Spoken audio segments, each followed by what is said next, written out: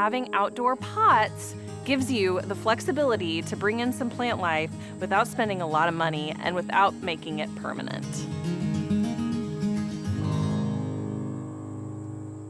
In this chapter, I'm going to show you how to choose a place for an exterior pot, how to choose the pot, how to choose the plants, and then how to style them. So when you're choosing an area to put an outdoor pot, a lot of times that's right next to your front door, maybe it's out on a balcony. I think exterior pots are great to use sometimes as a surprise. Maybe you can put it in the midst of a landscape bed. A lot of people like to have something right by their door that allows them to have that little bit of green. Whatever you choose to use a pot for, the opportunities are really endless in how you can bring both color and life to your space. What would work for you? Do you want to cover up an electrical outlet? Do you want to cover up your HVAC? Maybe there's a huge hole in the ground that you'd like to fill in, but it also gives a moment to whatever you decide. Think creative, and we're gonna make a beautiful planter together. In this particular location, we've got a little bit of an obstacle with a brick horseshoe planter that I'm sure served a great purpose for a previous owner, but now it's a little bit of an obstacle. We are not using it for any reason, so instead of letting it stick out like a sore thumb, I'm going to put a pot there, underplant it, and then create some interest, and all of a sudden it's going to feel like its very own moment in the backyard.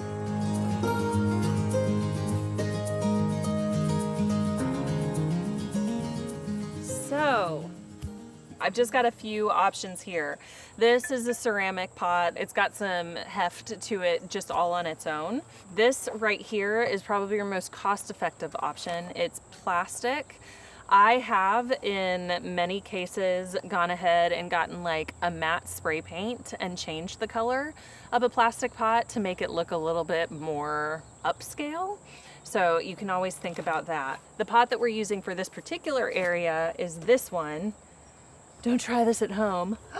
I'm so buff. Just kidding. It is fiber clay. So it's got that look of being a cement pot, but it's super lightweight. There's really no rule of thumb when it comes to choosing your pot. The only thing that you just want to be aware of is the space that you're planning on putting it in. Something like this is of course far too small for the area that we're going to be putting a pot in. However, this could be great if you only have a really small stoop to work with. Make sure your pots that you're choosing have drainage holes. If they don't have drainage holes, most of the time the business that you're buying the pot from will offer to drill holes for you. We don't need to overcomplicate things, just find something that complements the color scheme and the aesthetic that you already have going on. I went ahead and went with this because our homeowner has been updating the outside of her home to a little bit more of a modern aesthetic. So we've got a lot of monochrome options working here. The dark house going to the gray gravel, and then this gray pot. And then this is going to give us the right scale for the area too, because it's going to sort of build off the landscape that we've put in around it. Now that we've chosen the lovely pot that we're going to be using, let's go ahead and assess the space that we're putting it in.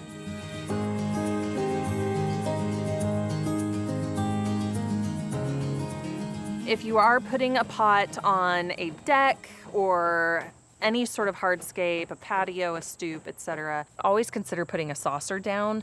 The goal is to contain the water that will be draining out. When that water mixes with soil, it can sometimes stain the surface that it's on. If it's in an area like this, where we're putting it directly into the dirt, I'm not worried about it, but just make sure that you're doing what you can to protect the integrity of your outdoor space. Since this is the area that we're going to be putting our pot, I'm going to go ahead and underplant it and almost make it feel like the pot is coming up and is part of the landscape here. Our soil is properly amended.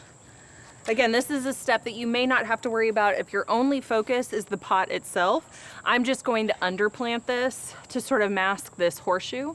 Now, what I mean by amended soil is just really bringing in, whether it be compost or fertilizer, whatever you need to sort of really get some rich, healthy soil that plants want to grow into. If it's not healthy, get it healthy before you plant in it.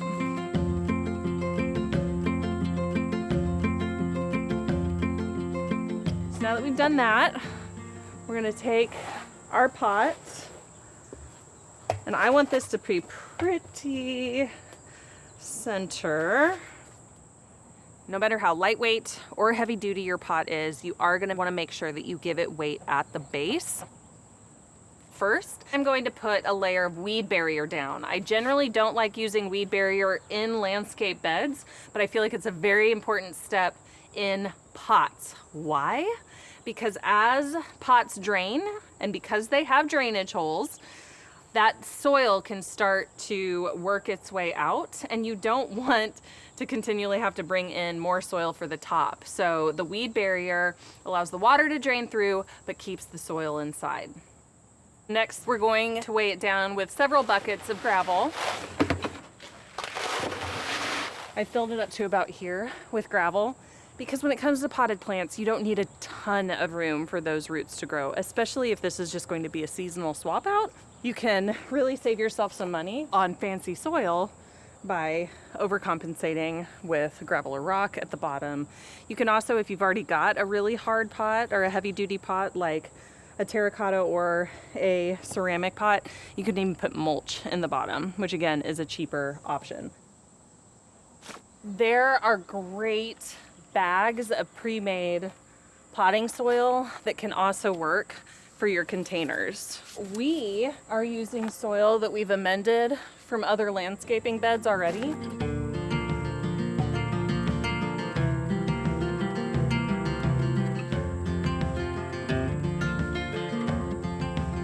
I have now filled the soil to a couple inches shy of the top of the pot, and now we're going to be putting the plants in.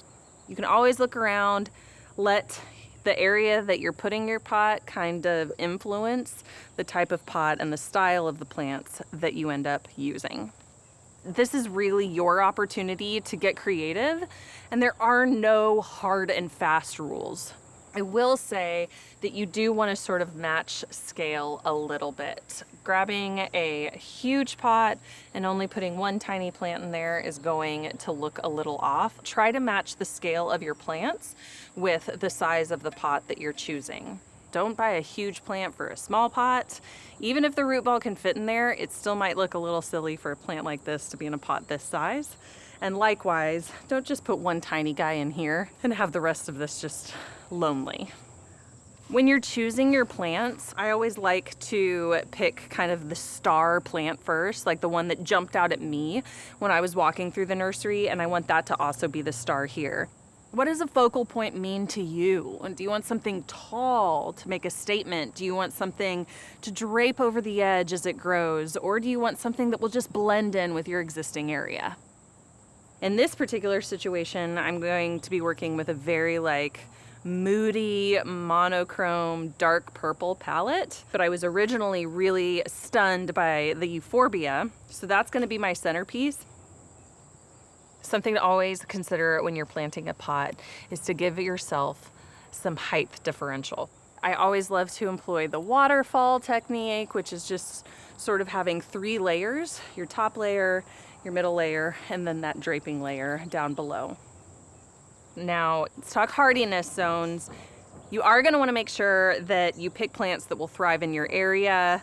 This is not meant to be a cut floral arrangement that you know is only going to survive for a little bit. You want to pick something that will at least give you 1 season's worth of growth, if not more. Now, most of the time, if you want to add color to your planters, those are only going to last 1 season, so you'll have to swap them out the season after. If you want color with no maintenance, you can always opt for a colorful pot and add evergreen plants.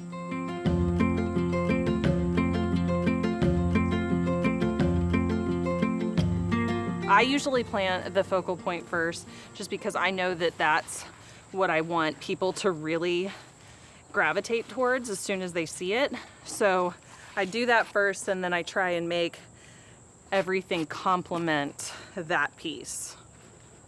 I was really inspired when I walked through the nursery by this dark purple look, and my eye was continually drawn to all the plants that were in this color palette. So it's what I ended up picking because I felt like it gave a little bit of visual interest in an area that we've got a dark house, we've got the gray gravel, and then we've got a lot of green plants. And this color just popped out at me as being like a fun moment. It's a break from the other stuff that we already have all around. I'm trying to keep the height in the center, and then I'm gonna slowly start moving down. This is a lot about your eye and what interests you, so have fun with it. Oh, I'm loving this. I don't know if I'm gonna end up using this. I just wanna see what it looks like flanking this opposite side. If I don't like it, I'll take it out.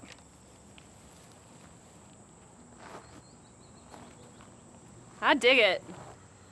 So this is what I mean when I say we've got height, we've got mid, and now we're gonna put in some trailing over the side. Remember, depending on where you put your planter, you might be able to walk completely around it. So you wanna make sure that you have interest at every angle. So for here, the focal plant is the euphorbia. Then we've got the quarter line. We've got a base layer of the heuchera. And below there, we've got the lysimachia. Most containers, when I plant them, I try to give myself where they only need to be watered about once a week. It depends on the area that you live in. If it's super hot, you might consider upping that a bit. Plants are really smart. They take the water that they need and they'll drain out the rest.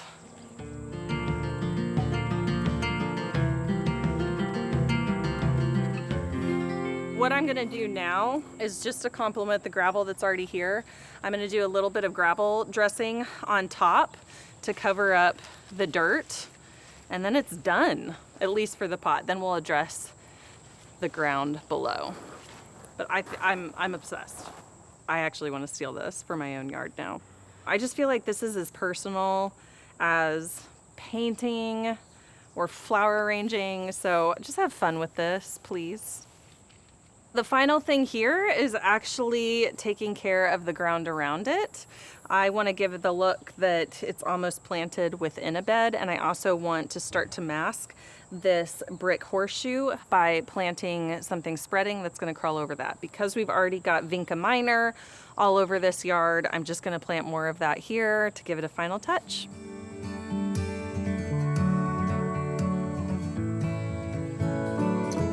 We took an area that was originally an obstacle and turned it into a really beautiful standalone area that people are now drawn to. At least I am. Today, we learned how to choose a place for an exterior pot, how to choose the pot, how to choose the plants, and then how to style them.